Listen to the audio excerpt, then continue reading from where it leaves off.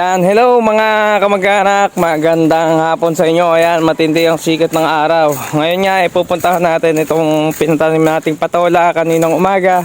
At ngayong hapon, nagdidilig naman yung mga pinagtanim natin. Gawa nga nung tuyo yung lupa. So hindi ko na muna pinatubigan kasi nga wala pa kaming nakaistila na makina. Kaya ang ginagawa mga kamag-anak ay mano-manong dilig muna. So tara, tingnan natin. Sheesh. Oh, napakainit mga kamag-anak. Sobrang init.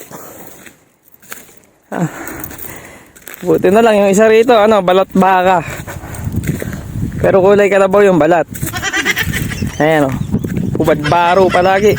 Bali, sa pagitan nga mga kamag-anak ng dalawang bugsok ay mayroon dalawang balanga. Kada isang balanga mga kamag-anak ay isang buto lang yung inilagay natin. So, pinapadalig natin yan mga kamag-anak kada isang balanga ng isang tabon tubig para maging matagal yung basa. At syempre, para makatubo ng maayos yung ating tinanim na patola. Kung mapapansin nyo nga mga kamag-anak, luma na yung balag natin tapos doble-doble na yung iba. So, syempre, nirepair lang natin mga kamag-anak para hindi masyadong malaki yung maging puhunan natin. Nagpataga lang tayo mga kamag-anak ng ilang puno ng kawayan tapos pinalitan natin yung ibang mga poste para tumibay at nagpabaon tayo ng mga bagong tarak. Naglagay na rin tayo dito mga kamag-anak ng bagong kawayan para maging talian ng tanse. Sa kabuuan mga kamag-anak, mula nung nagpahawan tayo, nagpaasarol at eto inayos yung balag at nakapagtanim ay umabot na ng 6,000 mahigit yung ating naging puhunan. Kung magbabago kasi tayo mga kamag-anak ng balag, babaguhin natin lahat, bibili tayo uli ng bugsok tsaka ng mga bagong gamit, palagay ko aabutin lahat pati pagtatayo hanggang 15,000 bago makatanim. Syempre mga kamag-anak, kailangan natin magtipid sa puhunan dahil marami pa tayong gagastusin habang papalaki yung ating halaman bago tayo makaani. Sa pagpapataba, sa gamot, sa